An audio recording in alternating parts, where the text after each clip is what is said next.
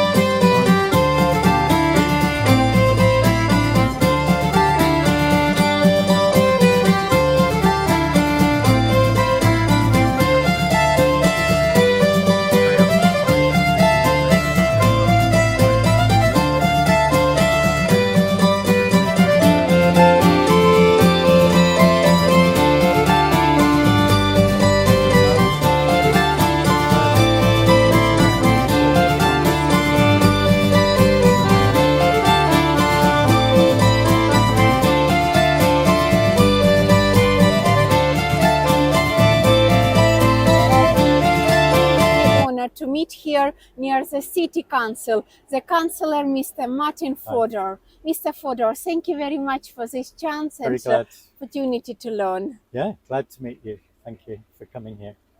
Mr. Fodor, Bristol has been numerously named a sustainable and smart city. Yeah. But could you please share maybe from the perspective of your life journey, because you have enormous experience in advocating for sustainability. How did the story start? Well, for me, the story began in 1990 when the City Council, which I worked for at the time, decided it would initiate some green initiatives, and the council approved a green charter, which was its first environmental statement. And the green charter was a series of initiatives Bristol discussed with partners that we should undertake to tackle environmental problems. And I was employed to lead the green initiatives in the City Council. And then a few years later, in 1996, the European Commission launched the European Sustainable Cities and Towns Charter with the Aalborg Declaration, as it was called. And I got the City Council to adopt the Sustainable Cities and Towns Charter. And we set up the first sustainable city team, I think, in the country, if not beyond. So you were the early adopters of the sustainability agenda. So one of the reasons was the expectations in Bristol were very high. Bristol has a very strong and committed environmental NGO sector, environmental consultancy sector, and indeed lots of environmental problems and challenges: traffic, waste, pollution, and so on. The air quality is poor. There are many old buildings leaking energy. So we then come forward, and the European Commission wanted to understand what would make a city sustainable. And I was part of an indicator project for the Commission of what are the indicators of a city moving towards or away from sustainability. And the council adopted monitoring those. And in 2018, my Green Councillor colleague, Karyna Radchenko, got the City Council in our council chamber here to adopt almost the first climate emergency declaration in the world. Wow. Certainly the first. Here in this building it was adopted. We adopted it here in this building in 2018. And since then, many local authorities across Britain and Europe, elsewhere, many cultural, academic and other institutions in this city have said they share the climate emergency declaration. We've also made an ecological emergency declaration. And the challenge now is to implement these, especially in ways that create a just transition for residents, communities, people who don't have high incomes, people who need good jobs, green jobs, opportunities so we can solve the problems and help the city to thrive. Amazing formula. So you have literally pushed these sustainability initiatives and then they started to spread forward. Yes. Now we've got a lot more to do. We're not all happy that the council is doing what it can, but it does have a team tackling sustainable city and climate emergency issues. It has investments in an energy partnership for the city that is ambitious.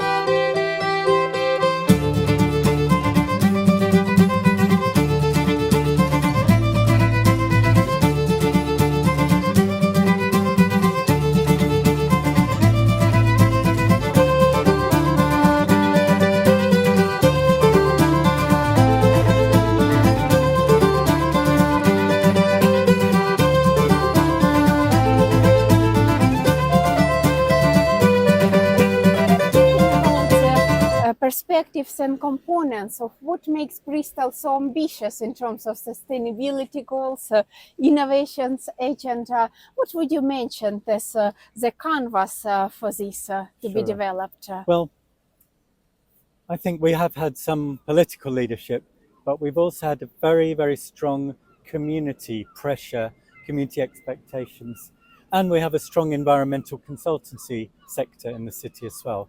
So there's the expertise, there's the challenge from partners and communities and groups in the city.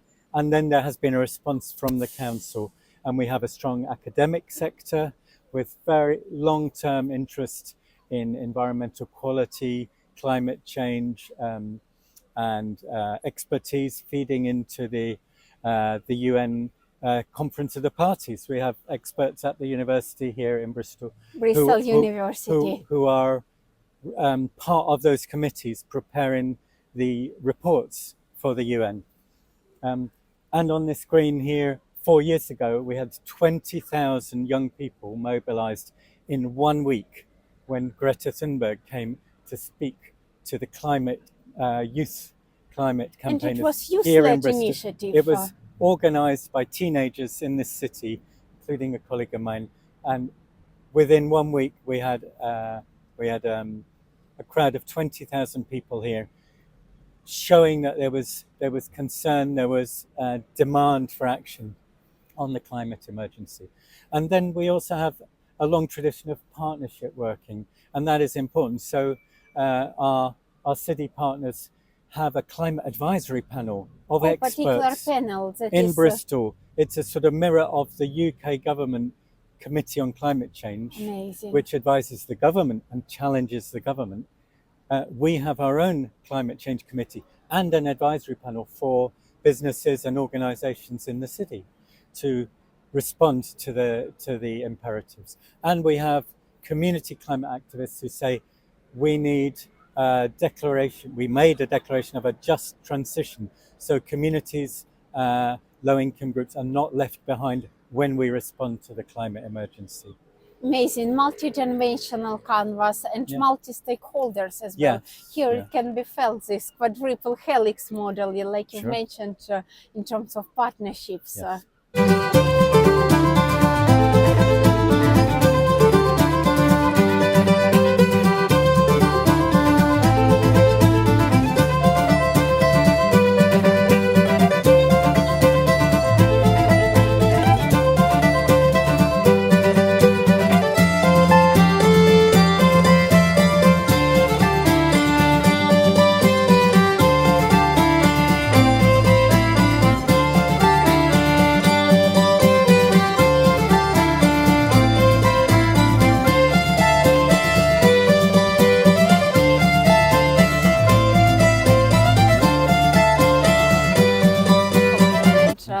What, in your opinion, should be the features of sustainable city councillors, of sustainable leaders to put this smart city agenda and green city agenda as well?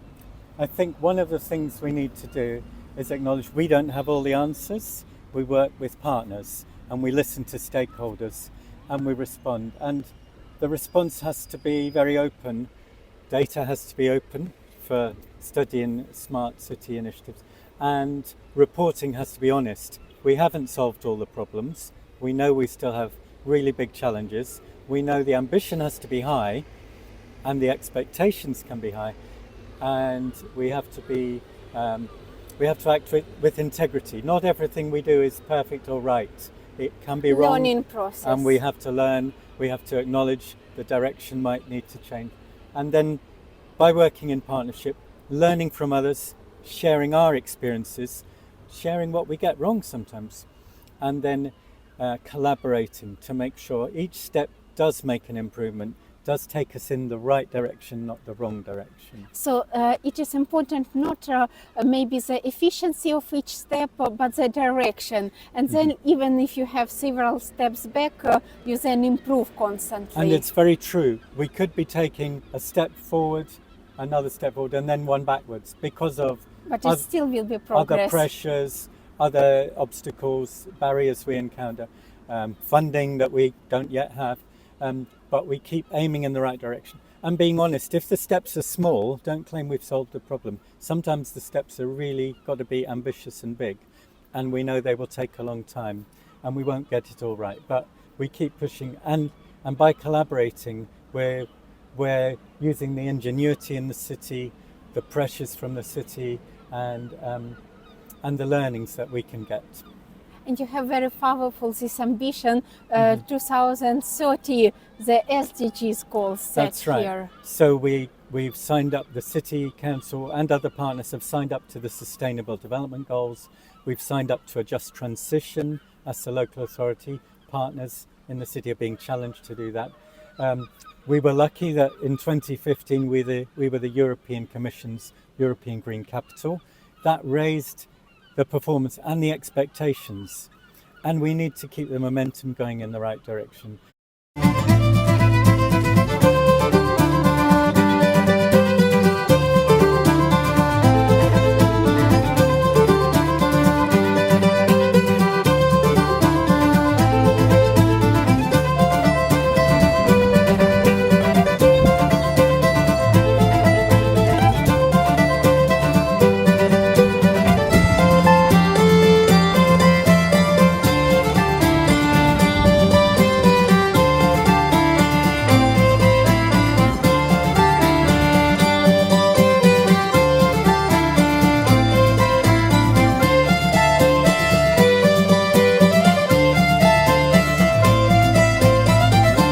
In terms of smart technologies, there's a strong innovation sector, environmental and technological innovation, strong cultural sector, a lot providing open data, and lots of new, exciting, small innovators wanting to solve problems, environmental problems, traffic problems, social problems.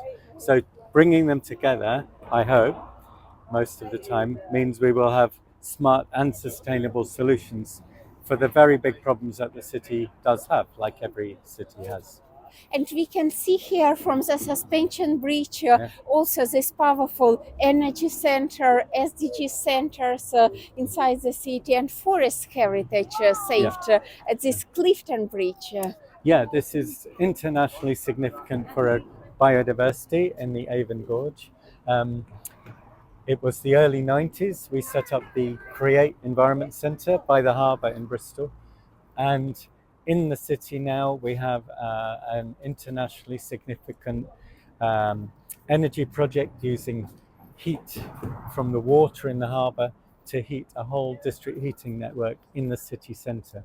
So I think we're beginning to tackle some of the important problems. We still have big problems with traffic, big problems with wasted energy and so on, but we are starting to try and tackle these things, and we have made some successful innovations.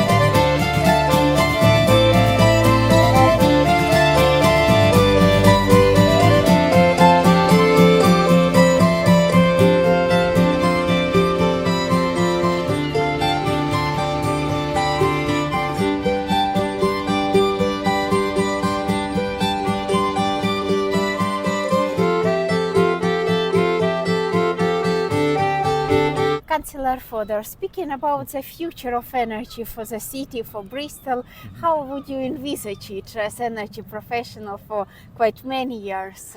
Yes, the really important thing is that we switch to clean, renewable energy and energy efficiency in the city. And we need smart systems to store the heat and power when we have it and to release it when we need it.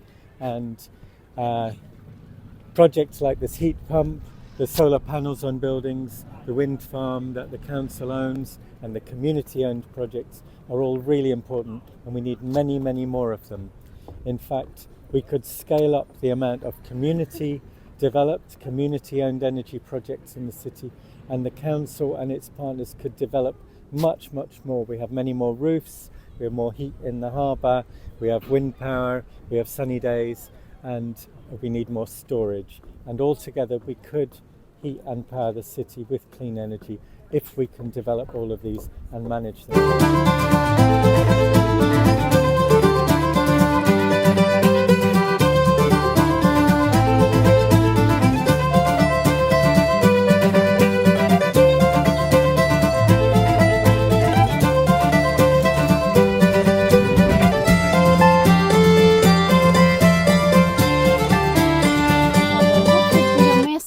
To the leaders, young people and city councillors from other cities, also leaders watching us, what they can learn from Bristol, and what would be a message to share your motivation? Accept there's a challenge, be honest about the scale of the challenge, work with others to track progress, keep the pressure up on the authorities, on the businesses, have community activists part of the stakeholder partnership. Communities have to work in this, have to believe we're working with them and for them, and keep the pressure not only on the council but on the government, on the business community, different stakeholders, on the academic partners to work in the right direction, to study the right problems. Thank you very much, Mr. Martin Fodor. It's a very welcome chance to be here in Bristol and to see how it works from within. Thank you very much for this chance.